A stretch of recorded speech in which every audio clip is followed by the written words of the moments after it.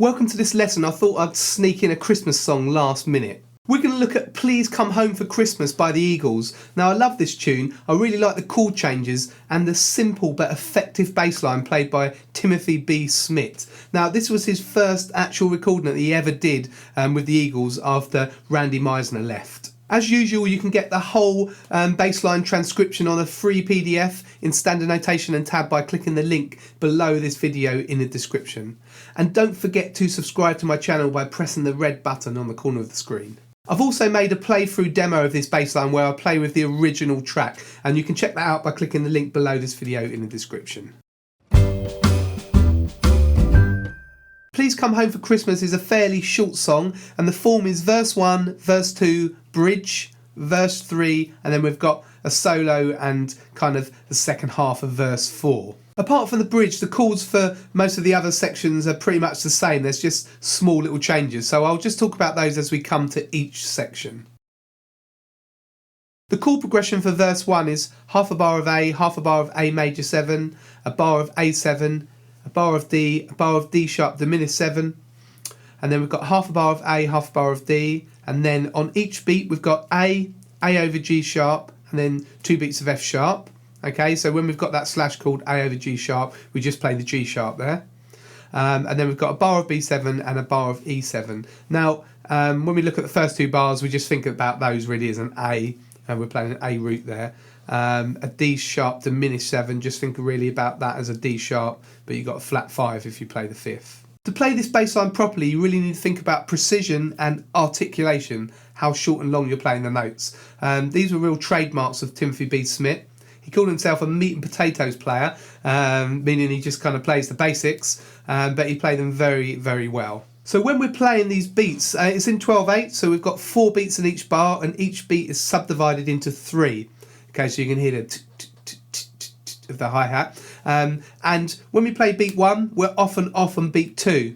Okay, so you want a little bit of space there. So as soon as you hear the snare, that's where you come off. So off, off, off, off. Okay, and that really, when you're playing that live, that really makes an impact to have a bit of space, a bit of air there where there's no bass note ringing on. Okay, so it just means that the impact of the snare is felt more. Okay, so we look at the top of verse 1. So if you're playing the A here, I'd play it on the 5th fret of the E string with your 2nd finger. And then we're going to slide to C sharp. Okay, it's a short slide. It might just be a grace note, whatever way you want to think about it. Kind of play the A and just slide up from the C. And when you do that fast, it's a nice smooth sound. Okay, so then play the E there on the 7th fret of the A string. And then F sharp, E, A. Okay, so we're using these notes. Okay, the first 3 notes of a major arpeggio, and then the 6th. Kind of comes from that idea, okay? Okay, and if you look on the PDF or you see on the screen here, you can see 2 dots above the F sharp and the E. That's what you play short, okay? Listen to this and see if you can pick out the long and short notes.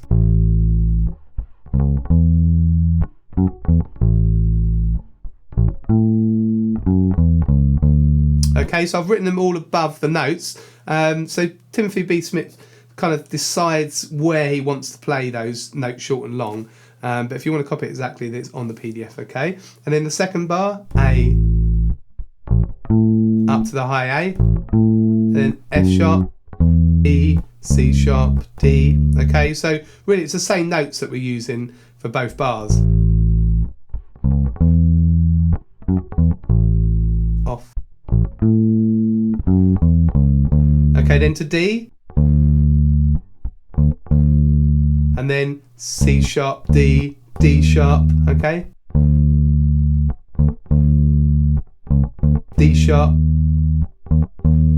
then E, open E, back to A, okay? So we've got this clear kind of rhythmic pattern that's happening throughout the bass line. And the great news is once you've learnt this bass line for verse 1, it's pretty much the same for all the other verses, okay, for the main bit of it. So let's try the first 4 bars of verse 1. After 3, 4, 3, 4.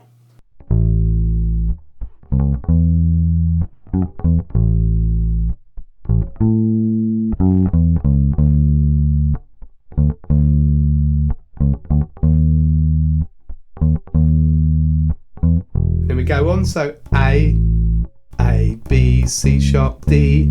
Okay, so we stay in this part of the bass really for the most of the bass line. A, B, C sharp, D, and then E, and then shift here, little finger onto A, G sharp, F sharp. Okay, so that's the slash chord, the second note of that bar, of bar 6. So A over G sharp, remember you play the G sharp, it's got this nice motion in the bass line. And then C sharp, C natural, B, and then I slide up to here and second finger on D.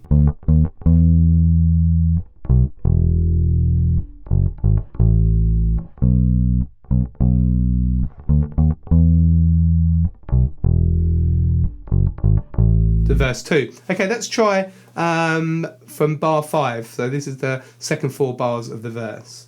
So let's get your second finger on A. 3, 4.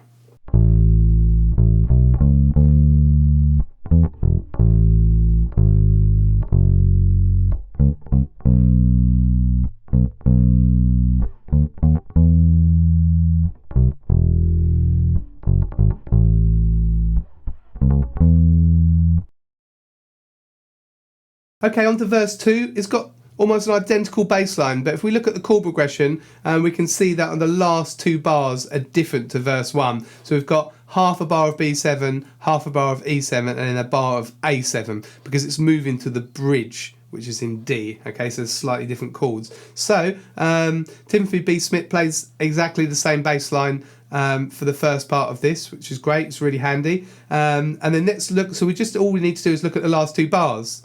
So we're on this B here, and we've got a slide to the E. Okay, so I play the B with my first finger, and then I just change to my little finger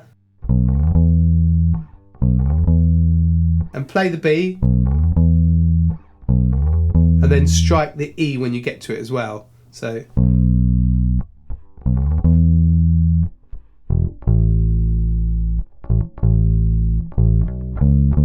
okay, so that's that last bar is A, B, C sharp, D. Okay, so it kind of falls under the finger nicely, this bass line. So the last 2 bars of verse 2 again. So first finger on B, try it with me, 3, 4.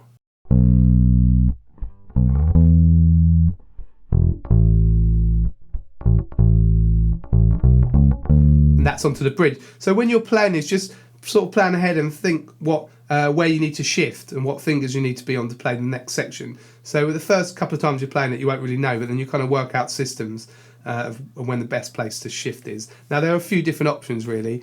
Sometimes I do it slightly differently to what I've written on the tab, but it's up to you to what kind of fingering pattern works best for you. If you're enjoying this lesson, then don't forget to subscribe to my channel. You can do that by clicking the red subscribe button, and also click the bell as well, and you'll get notified of all my new lessons. The bridge has a different chord progression. So we've got a bar of D, a bar of D minor, half a bar of A, half a bar of E, a bar of A, and then we've got, for the second half, a bar of D, a bar of D minor, a bar of B7, and a bar of E. So this is just a different section really that you need to learn. It's got the same rhythmic pattern. Okay, so we start on D. So D, D, D, A, D, D, D, and then E, E, A. Okay, so we've got A to E. We've got a little slide on that. I kind of slide from about the D, so 2 frets below. Okay, you don't want to slide like this. That's a bit too full on, okay? So just maybe slide from the D.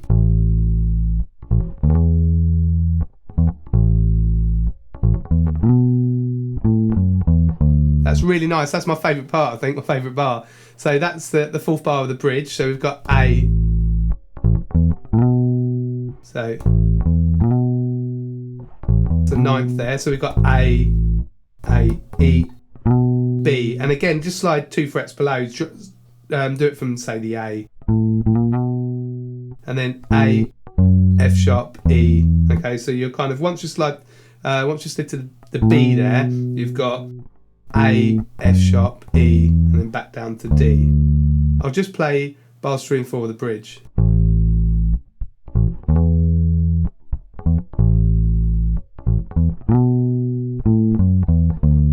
Okay, and then that last bit. Okay, so try the first 4 bars of the bridge with me. 3, 4.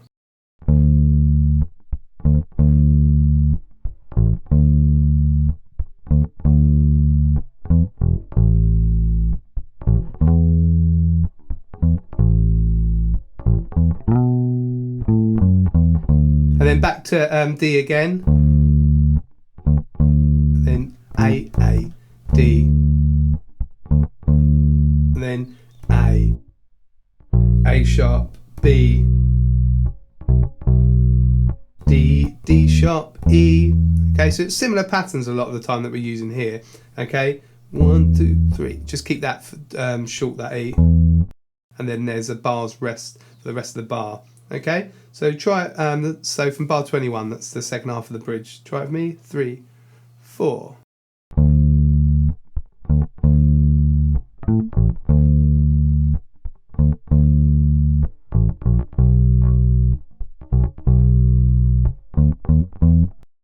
Okay, and then we move on to verse 3.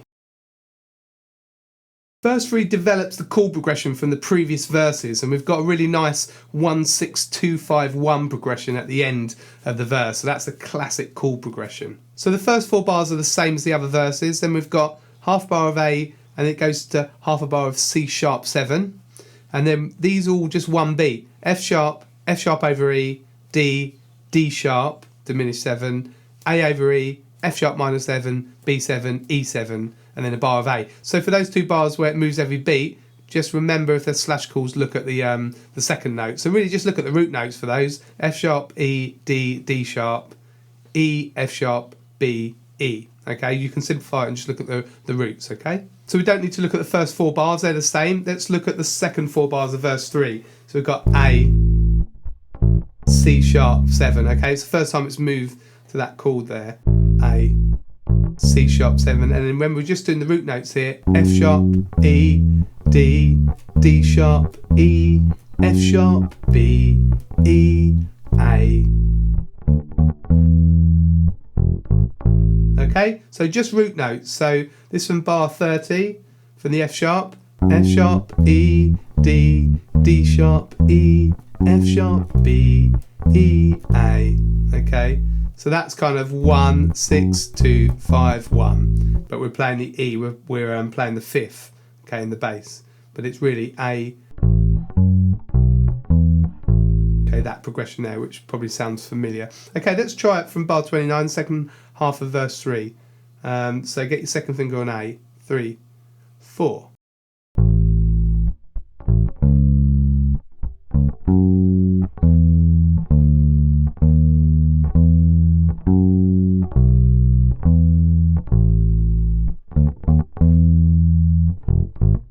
And then we're on to the guitar solo.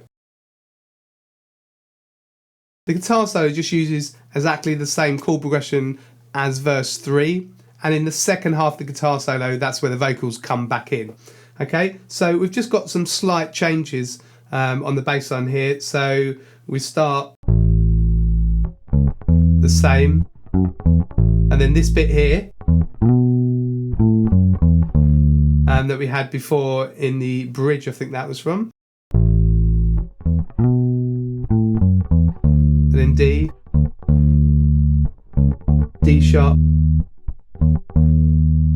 E, E, and then A, C sharp, and that's E, E sharp, which is just F natural. So I kind of play the E on the 7th fret and then jump to the 3rd fret of the D string for that E sharp, and then we've got same thing again, F sharp, E, D, D sharp, E, F sharp, B, E, A. Now there's a slight row, which means you slow down the last 3 notes, just place them a bit more.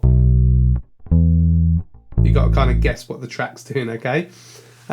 So that's all of the bass line really. Once you kind of learn verse 1, most of it you can use for verse 2, verse 3 and verse 4, and you just need to learn the bridge as well. And there's just the nice little bits there, the extra bits like this, that really make the bass line. Well, I hope you enjoyed that and it helped you to get in the Christmas spirit a little bit. I love this song. It's got a real Eagles classic vibe to it as well. It's not like a cheesy Christmas song. Well, maybe it's slightly cheesy, but yeah, I really like this one and I hope you liked it too. Let me know how you got on in the comments below. If you've got any other favourite Christmas songs, maybe I'll put it on a list and do it for next year. And if you felt that you got value out of this lesson, you can always buy me a coffee. The details at the bottom of the screen here, or you can click links in the description. All that's left to say is festive greetings from Greg's Bass Shed. It's been a great year. Thanks for all your support over the year. And I hope you have a great Christmas wherever you are and whoever you're with. And don't forget to check out my playthrough of this bass line. You can see the link here. I play with the original track minus bass. This is Greg from Greg's Bass Shed. Hopefully see you very soon in the new year.